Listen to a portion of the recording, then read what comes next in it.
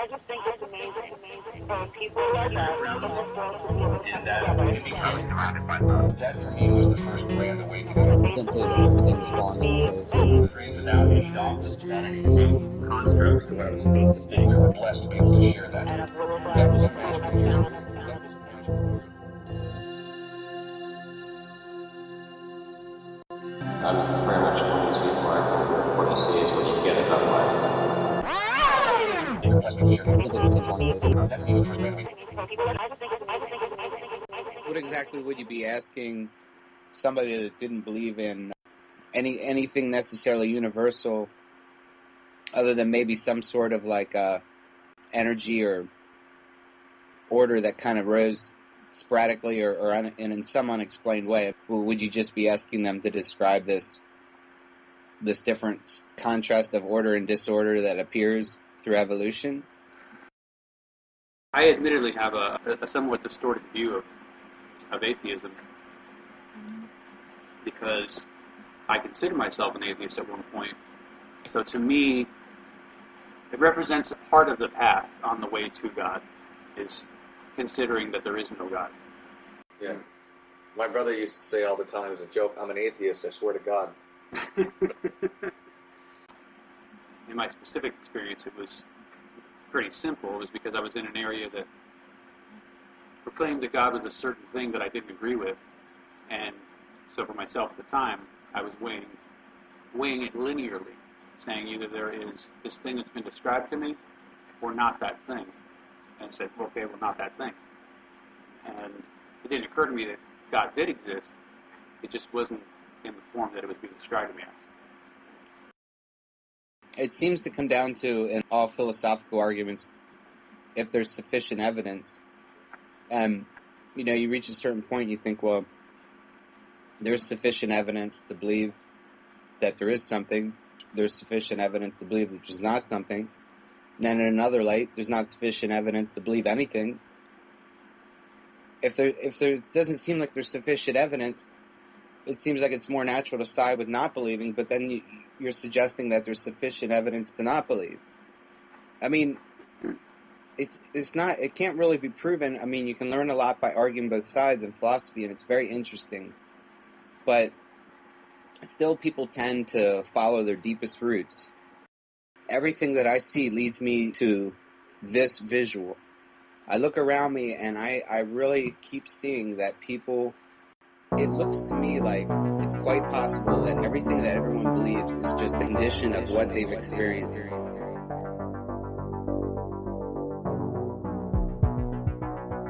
Religion has actually convinced people that there's an invisible man living in the sky who watches everything you do every minute of every day.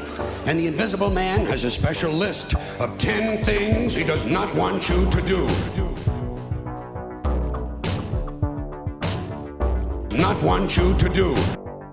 Not want you to do. And if you do any of these 10 things, he has a special place full of fire and smoke and burning and torture and anguish, where he will send you to live and suffer and burn and choke and scream and cry forever and ever till the end of time. But he loves you.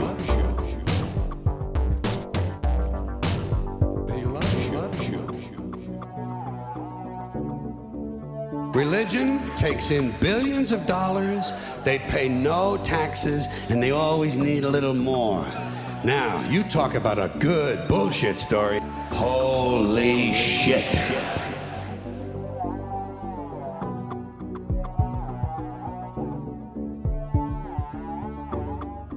I'm an atheist, and I was at an early age. In synagogue one day, I'm in temple, and, like, whatever, 12 years old, and I'm listening to this stuff, and I've been going since I was a kid, and I'm, like, listening to these stories from the Bible, or the Torah, and I'm looking around at all these adults, I'm like, you don't really believe this bullshit, do you?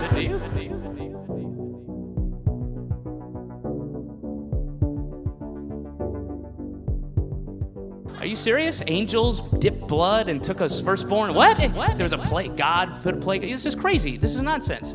I mean, where are the unicorns? I've read large parts of the Bible, and I will say, honestly, that the Bible truly is one of the funniest books I've ever read. I mean, just the first 6 pages. I mean, that shit is like, that's the most D&D bullshit crazy shit. And then the all-powerful thing swooped down and sent a plague of frogs upon all the heathens. Like, what? What are you doing? Let's give them more powers. Let's roll the die. And then he was dead for 3 days, then rose up to heaven.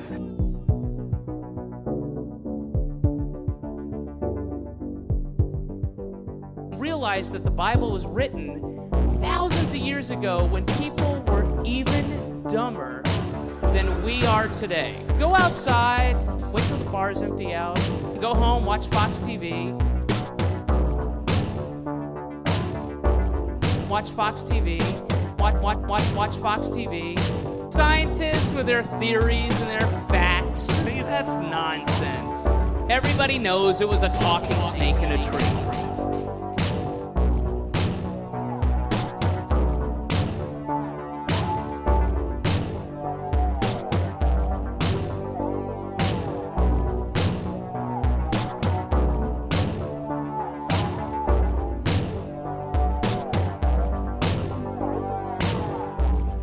I don't think God is. It's that simple. I was raised in a religious cult where I was given religion 24/7, 365. Everything that I did had to be viewed as to whether it would not only annoy God, but annoy my fellow brothers and sisters, or present anything negative to the world, because the world was a bad thing. And I escaped it when I was 20, went out and started looking for the truth. Now, this is actually, you mentioned what I said about the truth on my site, The Facts, which was called The Facts as a antidote to the truth. The religion that I grew up in, which was Jehovah's Witnesses, refers to their religion as the truth. As in, is he in the truth? Is she in the truth? Have you helped bring anybody into the truth? Oh, he fell out of the truth. So I don't even like the word truth. I like the word fact. Give me the facts, and I can figure out the truth for myself. And anybody that claims to have the truth, and you can hear the capital letters when they say that, immediately kicks up my bullshit meter. And it's like, okay, give me the facts. And what are the facts when it comes to God? Well, let's see. Which God are you talking about?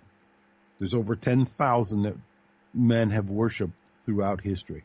When I got out, I was looking at what's come to be called the desert God, the God of the Bible, of the Jews and the Muslims. I just couldn't find any evidence for his existence. But before I reached that point, when I looked at his behavior, particularly in the Old Testament, he was a dick. I mean, he was just nasty. I mean, he supported slavery and genocide and rape. He was just totally inconsistent morally. He destroyed Sodom and Gomorrah for immorality, but then blessed Lot when his daughters were getting him drunk and they were having incest to the point of getting pregnant. None of that fit. None of that fit with what I had been taught God was. We talk about unconditional love, that's wrapped in with a lot of teachings of Christianity and stuff. It's in the Bible. I guess it's probably in different cultures. I don't know. But I don't really know if that exists so much that it is maybe like a goal to be Christ-like. I guess everyone just realizes we can't really do it. That's just something you could aim for if you wanted to. Unconditional love.